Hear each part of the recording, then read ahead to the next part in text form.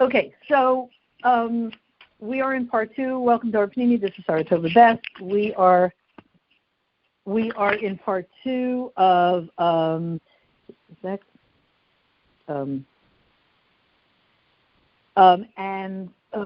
we're talking about Napoleon, the French Revolution. Listen to part 1. A lot in there. The ideological revolution that was happening around the time of 1812, 1813. The Alter Rebbe and Lahavdil, his opponent Napoleon, huge amount in there. And now we're looking at the second part of the Sikha. We're learning the Sikha of Vayeishev, Tafshin and Beis. And here is how it relates to us today, etc. We see the Chiddush that came in recent times in the relationship with France, with the shlichus of the Frierdiker Rebbe. Not looking at the fact that in the time of the Alter Rebbe, France was taikef a klipa, very powerful klipa, and it was opposing the way of Yerushalayim, and especially through Hasidus. And that's why the Alter Rebbe was fighting Napoleon with so much strength. And in generations after that, we see that the situation in France was really not very well set up for Yerushalayim. How do you know? By Rabbeinu Nisienu, the Mittler Rebbe, the Tzemach Tzedek, etc., the Mamali Makam of the Alter Rebbe, they also did not spend time in France. France was a place that had to be run away from. The Alter Rebbe ran away from Napoleon, ran away from France. The intensity of the klipa of France was in such a way that the way the Alter Rebbe fought it was to fight it, to lose, and also stay away from it. But at the same time to fight it to lose, but not to spend time in France. That was not the way to transform it at that time. And this situation has completely transformed now in this generation, from one extreme to the other. Not only that the light of Kedusha now has reached France and is no longer a place that you should stay away from, but Yidden who were learners of Torah, Niglas Torah, and Pnimis Torah, and doing mitzvahs with Yerushalayim, settled there, especially through the shlichus of the Frierdiker Rebbe, through sending his daughter and his son-in-law, the Rebbe and the Rebbetzin Chaimushka, by us, them going there, and then us going there and learning Torah and doing mitzvahs behidr and writing Chedusha Torah, from which others can learn, through that is printed in France. And especially, we see that after the Second World War, after the Holocaust, Bashchacha Pratis, Yidden came from all different countries, especially from Russia. When the Yidden in, I think, 48, were able to leave Russia after that whole influx through Polish passports, and Yidden were able to escape from Russia, most of them went through France. So it became a place that many Yidden, Hasidic Yidden, Chabad Yidden especially, went to. From Russia, they went to France. Isn't that ironic? The place that the Alter Rebbe said, France is the type of a klipa, and Hasidus tells us, and has to be stayed away from. Here, many generations later, enough of Vaida was done in the world that as the Yidden escape from Russia, they go to France. And then they go from there out to Eretz Yisrael, and Havdil to America. Through France, through the enemy territory, because it's no longer an enemy territory. And one of the reasons it's no longer spiritually an enemy territory is so many Yidden went there and did mitzvahs and learned Torah and learned Pnimis Torah and established meisters of Torah in that place. Yidden came from all different countries to France, and it became a makam and merkaz of Torah and Yiddishkeit, of Torah Yahadis, and of Mayanis of Chassidus especially. Through this that they built many meisters of Torah and Tefillah, and especially yeshivas Tamchet Mimim Lubavitch and Achet Mimim, with many different branches, and meisters Chinuch al Torah Kodesh. And in addition to this, they print Sfarim, Niglav Torah, Pnimis Torah, more and more. Here's the Chiddush. Just as it is about Avaida in the whole world. From one generation to the other, Yidden came to more and more places, newer and newer places, further and further places, to do the birur of those places. Because as we said in the first part of the Sikha, the complete birur of the world is when we settle ourselves into a particular place, embed ourselves in the minhagim, the customs of that place, in a way that Torah approves of, and use out the minhagim of that place to add in Avodas Hashem. That is a way that Hashem has sent us to buy up the real estate of the world for Him. So too about the Avodah of Rabbeinu Nisienu, Afatzas Tarei Yahadis and Afatzas Mayanas Kuta. Throughout all the generations, we came to more and more places, and in this generation, we came all the way to the opportunity to do the birur of France. The place that was off limits now became a place that we can transform. Not looking at the fact that it was the lowest place spiritually then, in the time of the Alter Rebbe, and before that. And the minhagim of the place of France were a contradiction to Yiras Shamayim. And that's why the Alter Rebbe fought so much against it. But Yidden, in our generation, with the Kayach of the Frierdiker Rebbe, settled in France, and were mevarer and purify that place, and we use the minhagim of the place of France to add in Torah and Yiddishkeit, to add in that. One second. Oops, we have to find that we're on the right place. 79, 180. Yes. Okay. So that's the way it was. That's the same seder by the Frierdiker Rebbe. Because the Makam Kavua of Rabbeinu Nisienu, until the time of the Frierdiker Rebbe, was in Russia. The Alter Rebbe was in Russia, the Mittler Rebbe, the Tzemach Tzedek, the Rebbe Marash, the Rebbe Rashab, the Frierdiker Rebbe was in Russia, and that was the place of Chabad Hasidus, Russia. France was not a seat of Chabad Hasidus. On the contrary, running away from that place. In the time of the Rebbe Marash, there was a little bit temporary traveling to that place, traveling to France. I think the Rebbe Rashab, I'm missing all the footnotes here because I'm in the big copy. The Rebbe Rashab established there, I think, the beginning of the writings of certain deep Hasidic work. And then the Frierdiker Rebbe sent his son-in-law and his daughters to France. And many Lubavitcher Hasidim were sent to France and transformed the place. Opened yeshivas, Meisters Torah, and created a transformation. The time was ripe. By Nesidah Reinu, there's a chiddush over the Nesim before that. That the Frierdiker Rebbe made his place, which was left Russia and settled in other places.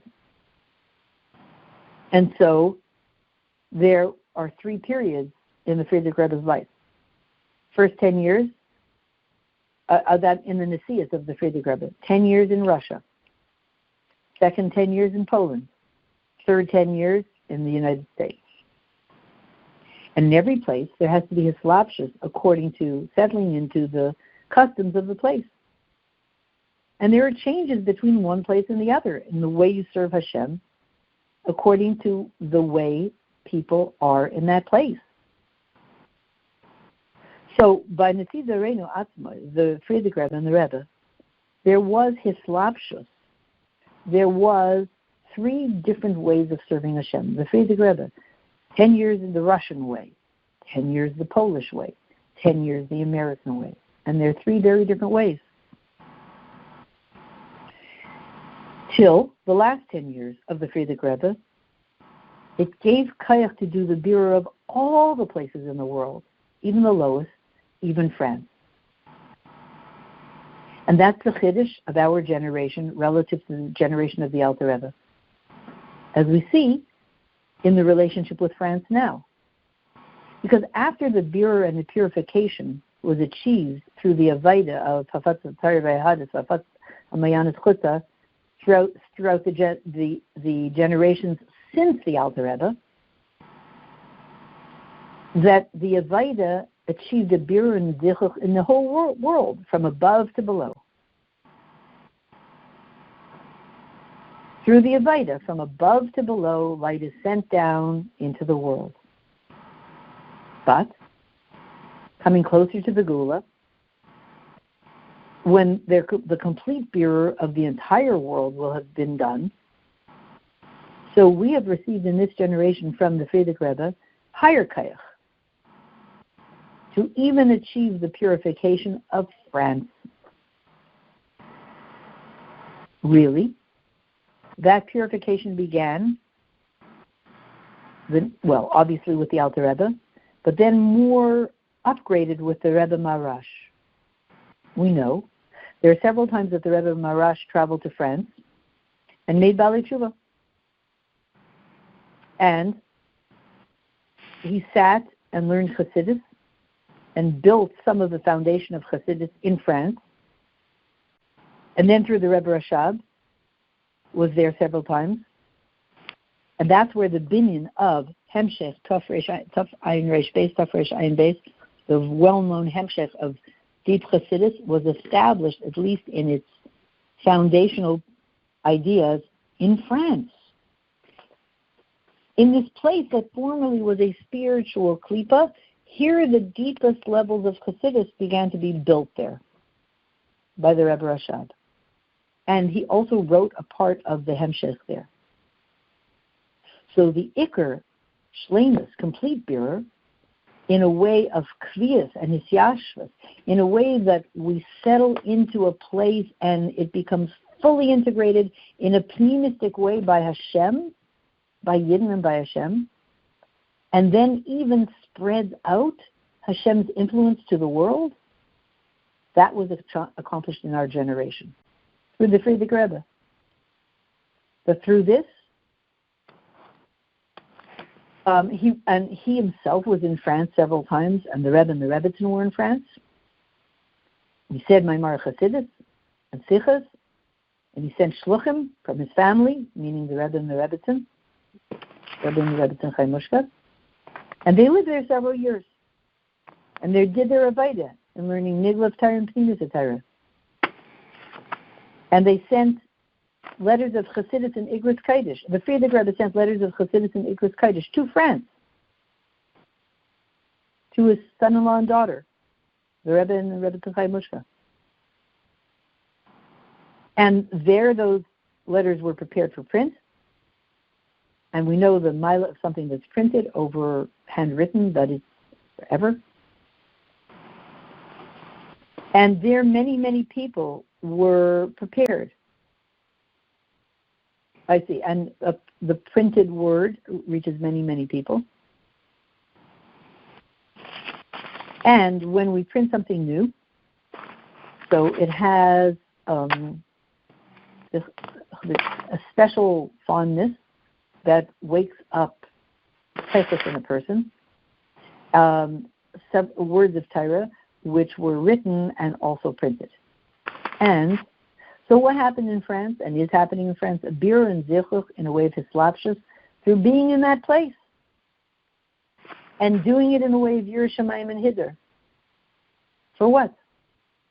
To achieve the birur of the world through France in a pneumistic way, which opened up the way to break and transform the taikuf of klipa. And seeing all of this in real time, where do we see it? When the Frierdiker Rebbe came to America, he there established Tamchei Tmimim and other meisters, and he sent shluchim from America to build meisters all over. We see that. And the great hatzlacha that we have, that was there in spreading Chassidus and spreading Torah all over the world, and even more and more and more, especially in France. In such a way that in addition to this, the Nesina Darenu gives us the kayach to bring Kedusha into the lowest parts. But it's in a way, the way it was done until now, that Kedusha is brought from a second place. Imported Kedusha from above. That's the way it's been done until now. Imported Kedusha from above. From the place of Nesina Darenu. The Frierdiker Rebbe sits in New York, sends out Kedusha to France. Imported Kedusha from above. But then France becomes independently holy and can then influence other places. And so therefore the satellite place becomes a place that's independently powerful and holy. How? Through Tamchei Tmimim. And establishing a Tamchei Tmimim in France that becomes a source of influence, like the original Tamchei Tmimim, like in Lubavitch. And so in the satellite places, printing Torah, Chedusha Torah, Torah Nigla, Torah Chassidus, that emphasizes that the printing of all of this in France, that it became a place, a source of Inyanei Torah for the whole world.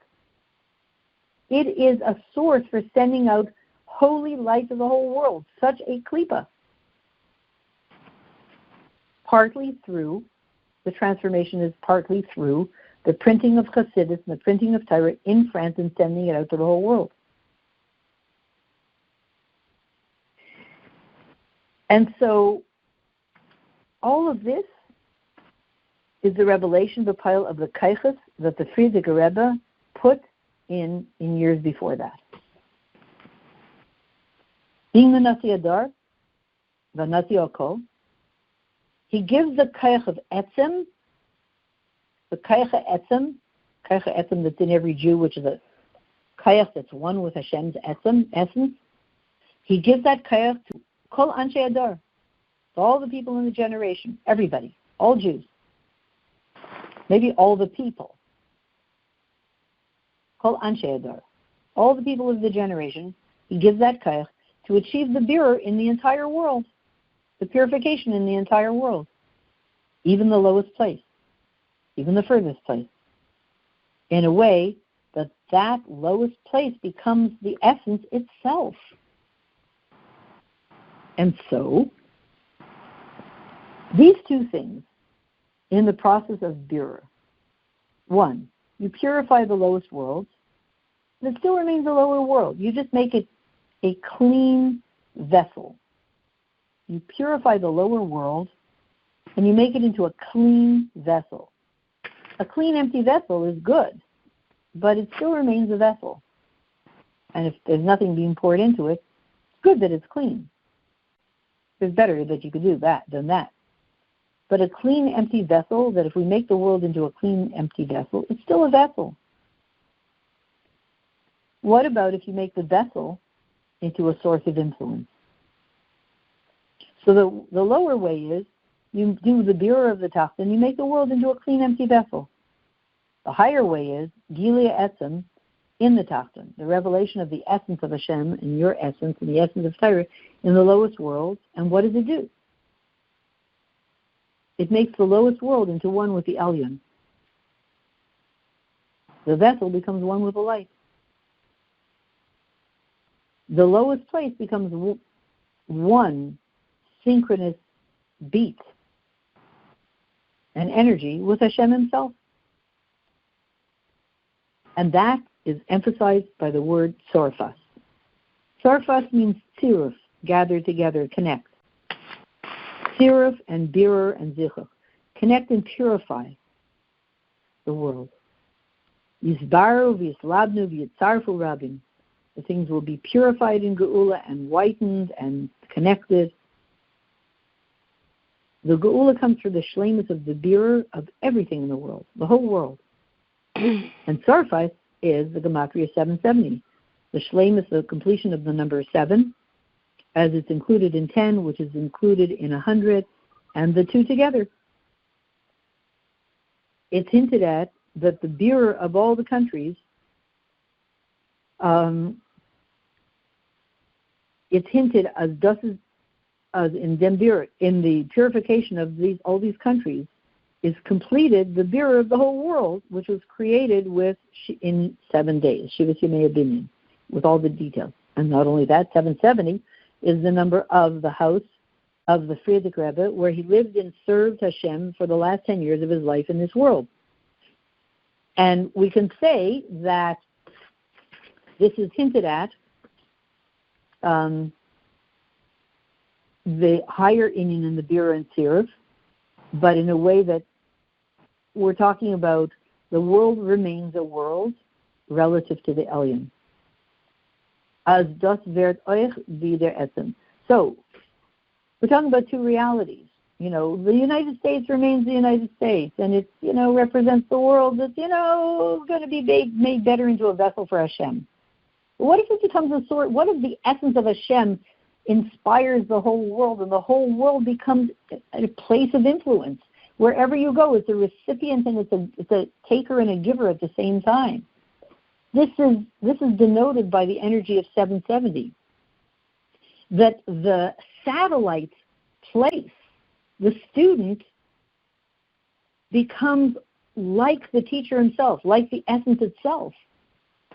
So the bias of Nesiderenu, the home of Nesiderenu, 770, is a place which receives light from above, from Yerushalayim, Yer HaKodesh, from the Kodesh HaKodeshim in the Beis HaMikdash.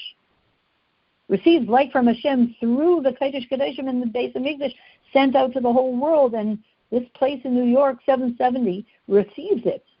How much work was done to make this part of the world a clean vessel to receive it. And then, since the essence of Hashem is inspiring, it becomes a source of influence by itself. And so it's no longer a satellite. It's actually the influencer, the source of influence itself. And many, many hundreds, thousands, millions of little satellites are created all over the world that are not only recipients of Kedusha, they become sources of Kedusha, independent sources of Kedusha. That's the Chiddush. That could only have been accomplished, it seems, through this battle of the Alter Rebbe fighting Lahavdil Napoleon. The apex of Kedusha fighting the apex of Lahavdil Klipa. And from that battle emerges not only the ability to make people in the world into recipients for Hashem's light. We already had that throughout history. People could be recipients for Hashem's light. Good. Okay, you want to say people who have been so disconnected from Hashem for all their lives, for generations, and then they become recipients? Okay. But that those people who were never even shayach to receive Hashem's light, then become mashpiyim themselves, sources of influence themselves, sources of holy influence, this is the Chiddush.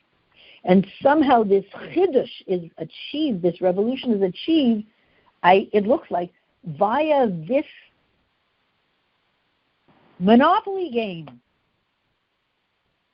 that the Alter Rebbe and the Rebbeim after him go into the depths of the Klipa, just like Moshe Rabbeinu went into the depth of the river, of the Nile River, this river of Klipa, to Paro, the apex of Klipa, and pulled out the power from him so that we could have Matan Torah and be born as a nation, and bought up the real estate for Hashem, stole it away from the Klipa.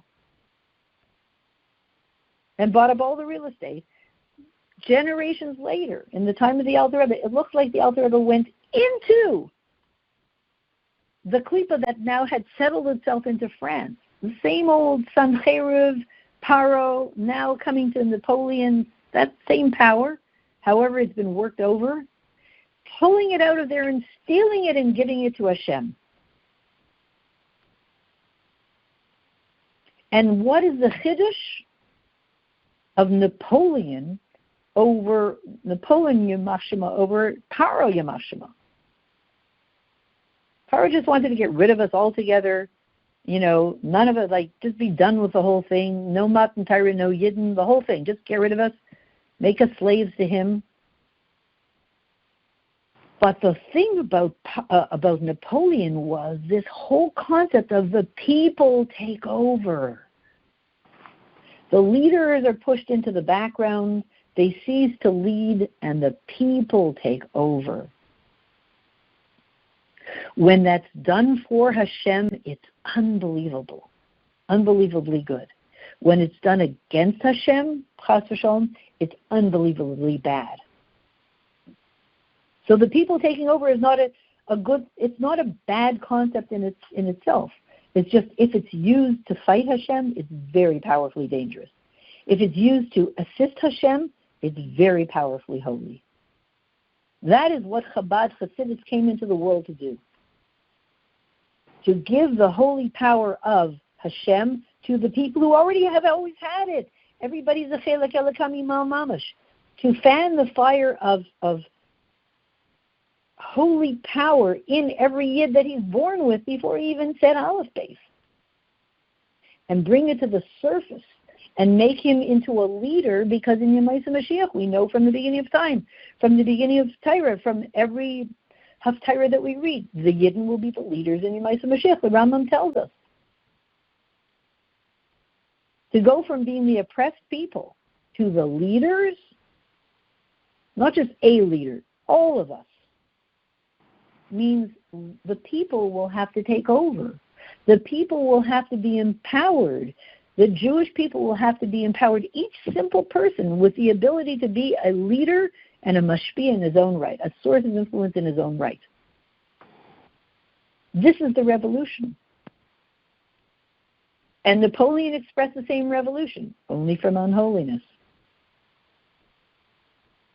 So the transformation of France shows that the Rebbeim successfully won the monopoly game.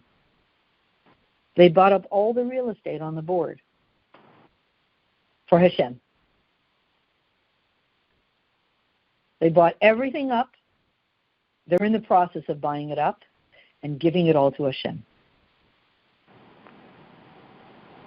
And the shluchim in that are the Jewish people in that process.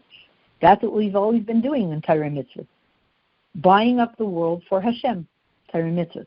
But this upgrade, this chiddush in the revolution, comes through the Alter Rebbe and each of the Rebbeim since then.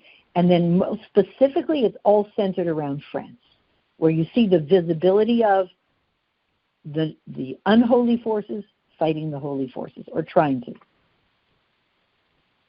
And that became exemplified through the energy of 770 being the physical manifestation of that victory, of the Rebbeim having bought up the world for Hashem. And to add that this is even more emphasized in Halach bin Musi, when we use the qualities of any particular place, any particular country, in a way for Hashem, to reveal the etzem of Atzmos Mahus in that place, so that place becomes independently holy in Torah mitzvahs. Like the Maila, the Yesha Nivra, in which you feel Mitziuso Miatzmuso. In the Yesha Nivra, this is Kabbalistic Lashon, you feel the essence of Hashem in there. You feel the Yesh Amiti, because it comes from Atzmos. But Mitziusa is Miatzmusa, Ve'enu Olo Me'ezi Ila Shekadmu Lo Chas V'Shem. If you're not ready for Kabbalah Lashon, just don't worry about it. And so, back to more practical. In order to achieve the birur of the lowest, we can only do it if we have the kayach of the essence of Hashem. Nothing else gives us sufficient kayach to do it. Mitzad, the level of revelation, on the revealed level, you see a difference between upper and lower, spiritual and physical. You do. And on that level, you can bring godliness to a place which is ready for it. But on the kayach of the essence of Hashem, etzem, which is higher than above and below, you can actually purify a place that's not ready for it. See the difference? From a revealed point of view, you can bring godly light to a place that invites it. You can't bring godly light to a place that doesn't invite it. It doesn't want it. What do you do with the places that don't want? They don't invite. They're not interested. There are parts of the world and parts of your own life that are not, they don't want godly light. Only the kayach of Hashem's essence can actually permeate those places and make them want. Can take the lowest place and bring the essence of Hashem, the etzem itself, to that place.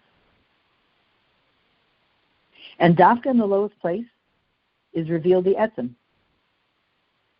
that achieves the birur in the entire world.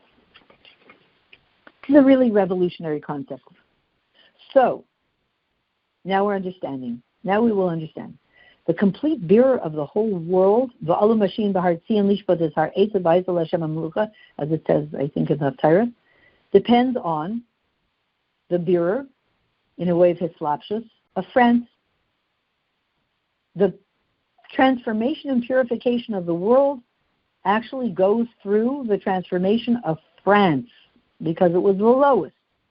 Because if you lift up the lowest, you've lifted up the whole thing. You have a desk in your house, and it's a little shaky, and the legs were never put on properly, so you want to lift it up, so you put your hands underneath the desk, not underneath the legs, and you lift up. What happens is the tabletop lifts up, and the legs fall down. Well, that didn't do any good, because they weren't really attached well. You bought it from IKEA, and you forgot to attach them. So then what do? So somebody else says, no, I want to lift up the whole desk. So you put your hands underneath the bottom of the legs, the feet of the desk, and you lift up from there. And that's how you lift up the whole thing. When you want to lift up all of reality, from opposite of Kedusha to Kedusha, you have to go to the very bottom. You lift that up, and now you've lifted up the whole thing. Where's the bottom? France, spiritual bottom. And the way it's done is in two ways. Because it's the lowest, spiritually, it was the lowest place. So purifying that means you finished everything in the world. Sarfas, France, Sirus, birur, purification. The other way you do it is, in the birur of France, Sarfas, which is Gematria 770, is hinted at the Gili, the revelation which gives the kayach to purify everything. When you do the birur of France through 770, it gives you the kayach in the world to do the purification of everything in the world, even every single place. The revelation of the etzem of Hashem is pulled in through these places, through 770. And through France, France is purified in its last stages through 770. And 770 ends up purifying the entire world by bringing the revelation of Hashem's etzem into the whole world.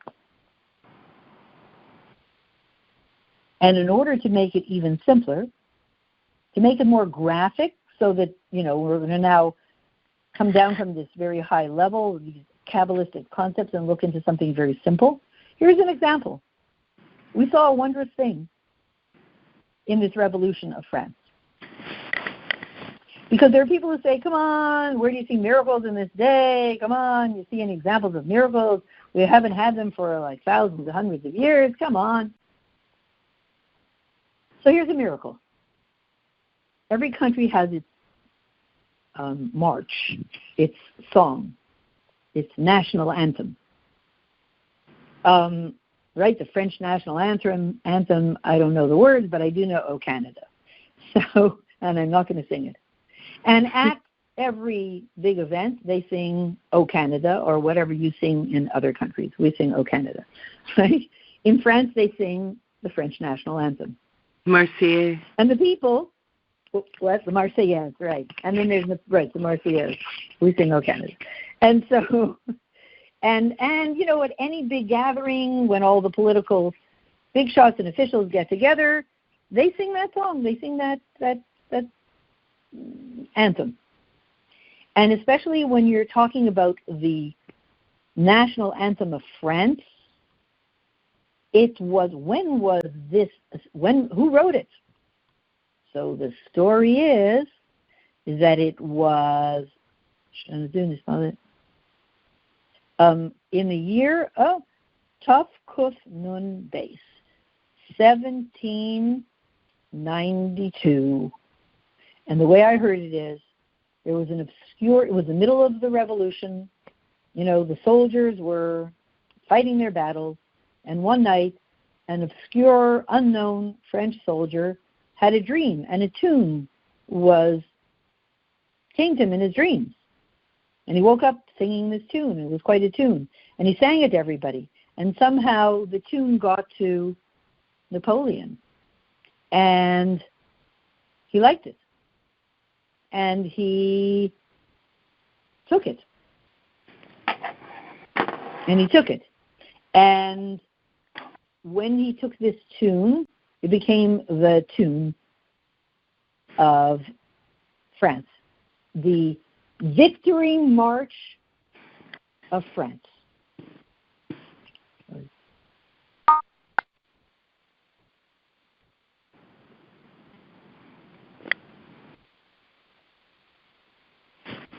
Hello?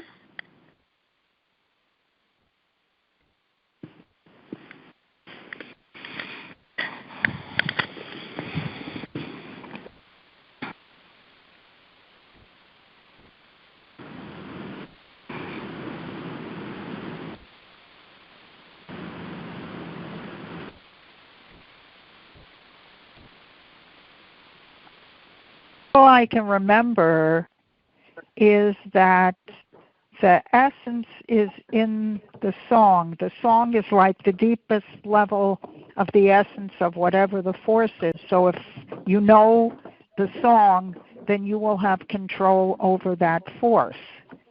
So by the Alter Rebbe taking over Napoleon's march, that gave him the spiritual control over Napoleon. Wow. Something like that. Yeah, wow. 24, here we go. 1 second. Okay, here we go, 1 second.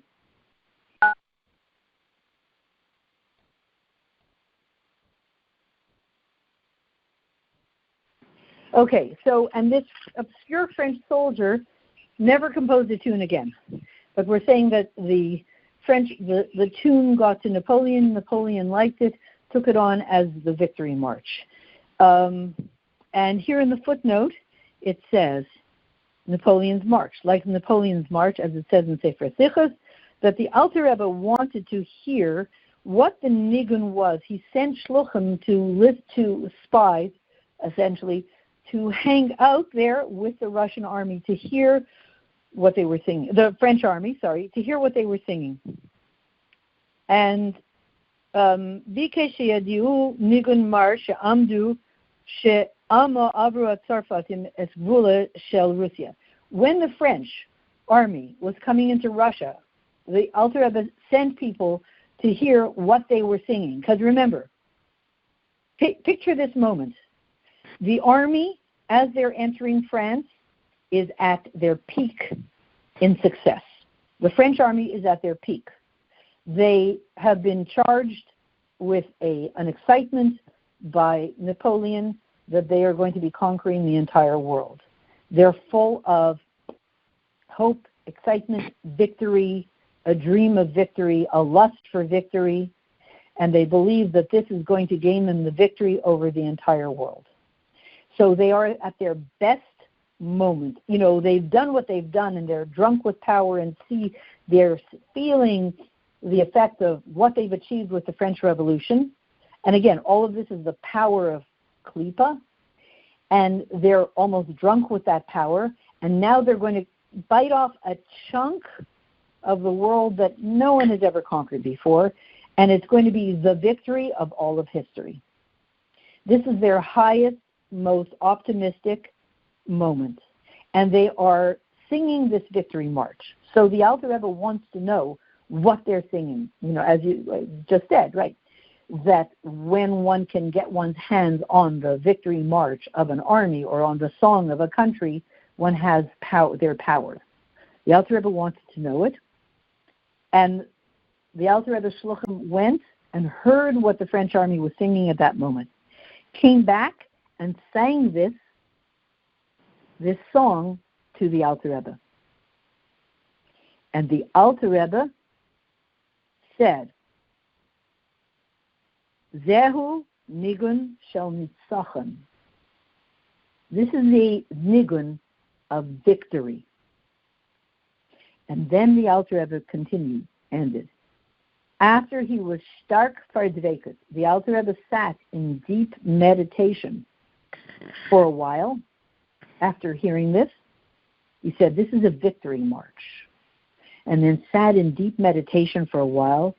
And then the Alter Rebbe came out of his dvekus, Saif kol saif yeh natach. In the end, it will be a victory for Hashem. This victory march in the end will end up in a victory, Natach, for Hashem. So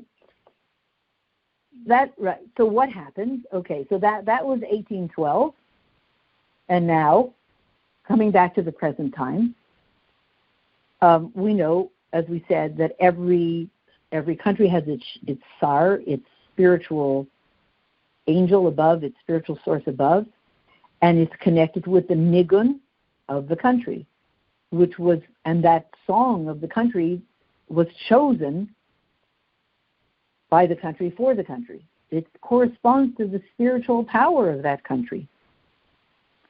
As we see about the nigunim of Yishmael and Edom, with Yishmael, it's a nigun of Marash Chayra, of dark, depressing, and that's what they sing. And in Edom, it's kind of joyous, more joyous, which is connected with the Mahus of those nations. So what happened? Several years ago, during Hakafas on Simchas Torah in the year Tafshin Lamed Daled, which was 1973, Chassidim began to sing. No, the Rebbe says Chassidim began to sing. Really, the Rebbe began to sing. But the Rebbe says Chassidim began to sing the Nigun of France. And people who were there said, you're talking about 1973. So people who were there during Simchas Torah, there were a lot of French people. In the 70s and the 80s, there were a lot of French people in 770. They used to do, certainly in the 80s, maybe in the 70s, Shluchim in France would, meet people on the street and say, what are you doing this weekend? They would say, I don't know, nothing. They say, come on, we have a charter plane to New York. We're going to the Rebbe. Come with us. And they would just get people on charter planes, bring them for a Shabbos to the Rebbe. They bring them back to France after that. They were totally different people. And the spiritual revolution happened. This is what I was told. Spiritual revolution happened a lot of the people through these trips, brought them to the Rebbe for a Shabbos, and they came back, they were transformed. And they were just on fire and just became a very fiery Balei Tshuva. So many. So here was Simchas Torah in 1973, and there are all these people, there are all these French people, especially, I guess, Balei Tshuva in France in 770, and it's Simchas Torah. Maybe they've seen Simchas Torah in their shul. And in the midst of this, the Rebbe starts to sing the nigun with the French tune, with, I guess, the Marseillaise and Napoleon's March. I can never get it straight. Haderes V'Amuna goes to which one? I guess maybe the Rebbe started doing Napoleon's March. For Akafas. And I heard that the French people, they couldn't figure out. They were so in shock. They didn't know if the ceiling was on the floor was on the ceiling. What is going on? The Rebbe is doing hakafas to their country, and French people are very, loyal to their country. They're very connected to their identity of being French, and they couldn't believe it.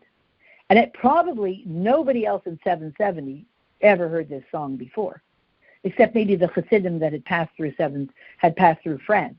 But other than that, all Americans, they never heard this tune before. This is 1973. They never heard this tune before. People are thinking, what is this? And here the Rebbe is singing this nigun to hakafas, using this hakafas, this tune for hakafas. And so, of Simchas Torah Tafshin Lamed Daled, it was beyond. And so, as the Rebbe said, Chassidim began to sing that nigun of the country of France, the nigun of the revolution, the victory march that was sung at that moment of the French soldiers crossing the border into Russia for what they believed was going to be their historical victory forever, that would put them on the map forever as having created the greatest revolution in all of history, of having conquered the world for France. Vive le France libre, that stuff. And here, this victory march that the Alter Rebbe said, Seif Seif, Betzayin Dida Nasach. The Rebbe takes this nigun and sings it at Hakafas, the victory march, with the words. This was Haderes V'Amuna L'Chai Olamim. Atihila V'Tiferes L'Chai Olamim. Unbelievable. We sing at the end of Simchas Torah now, at the end of Yom Kippur, Napoleon's March. The rest of the time, Haderes V'Amuna. I guess the Marseillaise. I don't know the difference between the two. They're different tunes. But here the Rebbe is taking this, and the Rebbe is saying Chassidim did it, taking this and putting and buying it up. It's like the Monopoly game, buying up the nigun. There's a story that the Baal Shem Tov went up to a peasant. The peasant was singing a song, and the Baal Shem Tov gave him a coin and said, "Sing that again." Sang it again. Baal Shem Tov gave him another coin. "Please sing it again." Kept giving him coins. "Sing it again, sing it again, sing it again." Gave one more coin, and the person said, "I don't know, I don't remember it." Which means that the Baal Shem Tov had purchased this song from the non-Jewish peasant and taken it into Kedusha, and the peasant, the non-Jewish person, no longer had it. It was gone. He didn't even remember it anymore. So here we see the same thing. At Hakafas, Simchas Torah, the Rebbe takes this nigun away from France, brings it over, gives it to Hashem for Kedusha. Haderes V'Amuna L'Chai Olamim. So what happens after this is done? Besides the spiritual revolution, what do you see, Begashmius? An unbelievable thing happened.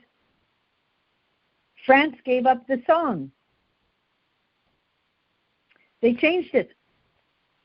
They said, we still have a national anthem, but they changed the song. They changed some of the parts of the song, the stanza and the words. They changed certain parts of the song. They no longer held on. They let go of the song. They created a new song that was similar but not the same. And they had some kind of reason. I don't know, it was too blood-like, too warlike, whatever it was.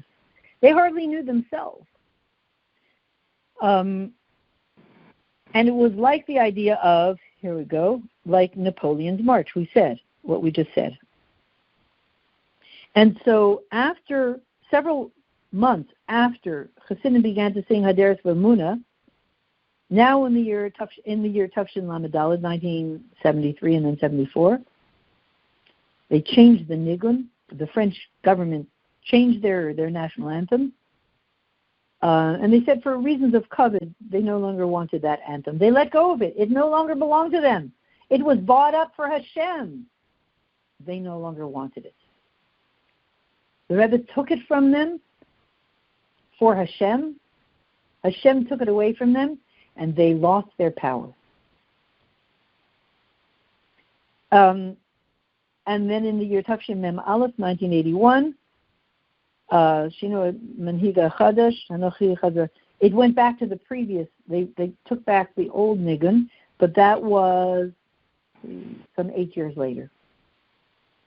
So whatever that's all about. Interestingly, when somebody learned this sikha that we're learning now in 1992, they asked a bunch of French people. People said, I don't know much about the changing of our national anthem. So they called the embassy somewhere and did some research. And the embassy said, well, we'll have to look into it. And they said, oh, yeah, that's interesting. Come to think of it. Clearly, there was a spiritual releasing of the power from France. Disconnect. You know, when you have a laptop and it has no battery power and you disconnect it from the wall and all memory is lost, God forbid, and then later on you reconnect it and it's a new.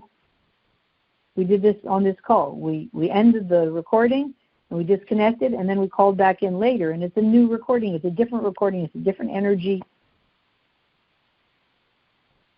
That's it. It was. The power was taken away by Hashem from France, and now you still had France, but no longer connected to the power of Klippa. And the reason for this was because Elder Chassidim explained that after the Nigun was transformed to Kedusha, the Sar and Mazel above of France felt it. And it caused a change down here in the Nigun because of the feeling that now this song belongs to Kedusha. It became a Chassidish Nigun, which we sing by Chassidish Shefer, including in France itself. And there are plenty of people, many Americans, who, well, now they know because of worldwide thing, but in the 70s, they thought it's just a Chassidish song. They didn't know it's the French.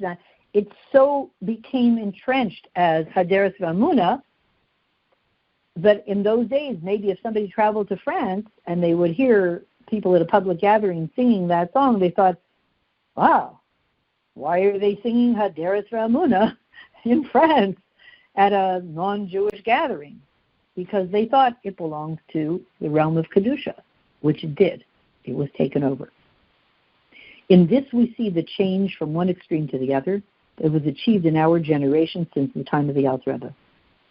He took the Nigun, that was the victory march of the evil forces, gave it to Kedusha through Haderes V'Emunah L'Chaya Olamim, and we sing it by Chassidish Shefer, in which we speak about words of his iris and in Yanim of Torah Mitzvah to such an extent that there are those people who don't know that that this nigun came from somewhere else. They think that it was always a Chassidish nigun. They think, okay, from time to time, new Chassidish nigunim are created. There were definitely people in the 70s who had no idea where it came from. And once it's accepted by the multitudes and they sing it in public, it becomes a part of Chassidish nigunim. So here's the question that we're ending off with. Why is this important to us? Why do we need to know about this now? I'm missing a page. Okay. Why do we need to know about this now? And especially a chassid might complain that he was brought up to know that everything, learning Torah, we're not interested in miracles. It's not our way. We don't bother ourselves with miracles. They would, in the days of the early Rebbeim, miracles would be everywhere under the table. No one bothered to pick them up. Why are we focusing on miracles now? So number one, it's a recognition and thanks to Hashem for the miracles. And especially we're close to Hanukkah, which is all about publicizing miracles. And even the rest of the year, we're supposed to publicize. But especially in the days of Hanukkah, Pirsum and Nisa, publicize the miracle. That's the energy of Hanukkah, including the miracle of the war of Hanukkah and the oil and the menorah of Hanukkah and all that stuff. Our Avodah now is publicizing, living Hanukkah, publicizing the miracles. And the Ikar is the recognition and the thank you to Hashem and giving Shevach to Hashem for the miracles that He does. Besides the Dinim of Hakaras HaTov, thanking Hashem and recognizing what He's done for us, it's Nogea to Bias Mashiach Tzidkenu Begula Mitzvah Shlema. As the Gemara says, Bikesh HaKadosh Baruch Hu Lasos Chitzki Mashiach. Hashem wanted to make Chizkiah Mashiach, but the Midah of Din said, Hashem, Chizkiah, you made so many, Chizkiah and Navi, you made so many miracles for him. You saved him from Sancheiriv, you healed him. He never thanked you. He never sang Shira. You're going to make him Mashiach. He never sang Shira for all the miracles. So we understand, for us now, says the Rebbe, that the miracles that Hashem does in our time is Nogea to bringing the Geula Mitzvah Shlema B'Poel Mamash. So we see, Ayra Ikris, a fundamental Ayra. Since we are we're past everything, the Geula is still not quite here. It's a very good thing to be involved in Pirsum Nisa, publicizing miracles. Publicize to you, yourselves, your family, everybody, wherever you go, the miracles that Hashem did, knowing that the Geula depends on you publicizing miracles. And how much more so in the days of Hanukkah, which is about Pirsum Nisa. Use these days, in addition to everything about Hanukkah, make Chassidish Verbringen, or in every place, in its way, because, when in Rome, do the Roman way. Don't serve croissant in Spain. If you're doing a Verbringen in Spain, serve Spanish food. If you're doing a Verbringen in France, serve French food. Do it in a way that fits that place. And especially every day in the days of Hanukkah, speak words of Torah, Niglas Torah, Pnimis Torah, take on Hachlatas Torah, Hachlatas Taivas and Yanei Torah Mitzvahs, and more and more and more, like the candles of Hanukkah, like the lights of Hanukkah, and speak about the miracles, Bayamim Mahem Bizman Hazeh. And these things about France are emphasized even more. The Rebbe says, in this Verbringen where we're sitting right now, because here is a group from France sitting in this Verbringen in 770 who came for Shabbos, and they're in this shul in 770. And especially that Yidden are involved in building, I think they came to 770 for brachas to build new maistas in France and to print new Sfarim. And we said this has to do with the birur, the purification of the whole world. And that gives even more hatzlacha in all things involved with it, begashmius and beruchnius. And I think in the previous sikha, maybe the Rebbe said, and especially there's a group here from Canada, that Canada has a connection to France, at least Quebec has a connection to France, and also this is all connected of the miracles. Here we are, and it gives surely more hatzlacha in everything that we're involved with, begashmius, beruchnius, and adds in our Torah mitzvahs. Through this, that we add in doing Torah mitzvahs, including mitzvahs tzedakah, which brings closer the Geula for all Yidden everywhere. So it's a good thing to say l'chaim and add in more chaim and more life to everybody in this group that's sitting here. And to add, here we go. The Rebbe says, and here we have a group of guests from Canada. Ding, ding, ding, ding, here we go. That's me. Who once had a connection to the country of France. There we go. And they are here too, and so that adds to the power. Oh, amen. Good. Great. Biratin, that the birur, the purification of the transformation of France, together with the shleimus of the avaida of the birur in the entire world, should bring b'poyel mamish the kiyum of the yud, the galus achel azel livnei Yisrael ad sorfas. Yershu atzari negva alu mashim b'har tzin lishpat atzar esav ha'isel Hashem ha'melucha v'gula mitzvah shleima through Mashiach tzidkenu paratzta alecha paratza gematria 770 zem Mashiach, as it says Allah ha'payret ifneim. And as we finish in the bracha of the Chodesh of this month, the Noimer Amen. And those guests who were sitting here said L'chaim, and they sang Haderes V'Amuna L'chaim Halamim, and in the middle of the Nigun, the Rebbe indicated with his fingers, his holy fingers, that they should whistle. And as the Rebbe said in the footnote, and that's a whole issue, the connection of whistling to Geula, and to the ingathering of all the exiles, as it says, the Eshraka lahem be'ekbetzam. I will whistle to them, as it says in Zechariah. Hashem says, I will whistle to them, and I will gather them all the Yidden from all four corners of the world. And it says in Vayeishev, so there's a source for whistling that Hashem says, I will whistle, and through this whistle, I will bring all the Yidden together. The connection to the Simcha above any limitation in the way of Paratzta, Isis Sarfas, France, 770. And this is the Inyan of the Suda Shlishis on Shabbos. And so Yehi Ratzon, that we should find ourselves with the victory march of the Gula Mitzvah Shlema in the Beis HaMikdash Shlishi, all of us whole, purified, collected together before we come to Yitzhetz Kislev, together with the Alter Rebbe, all the Rebbeim, all the leaders, all Yidden, in every place, every situation, we should find our greatest kaichus, experience the etzem of Hashem in us, and the etzem of every other Yid, join together and usher in immediately now the Gula Mitzvah Shlema immediately now. Amen.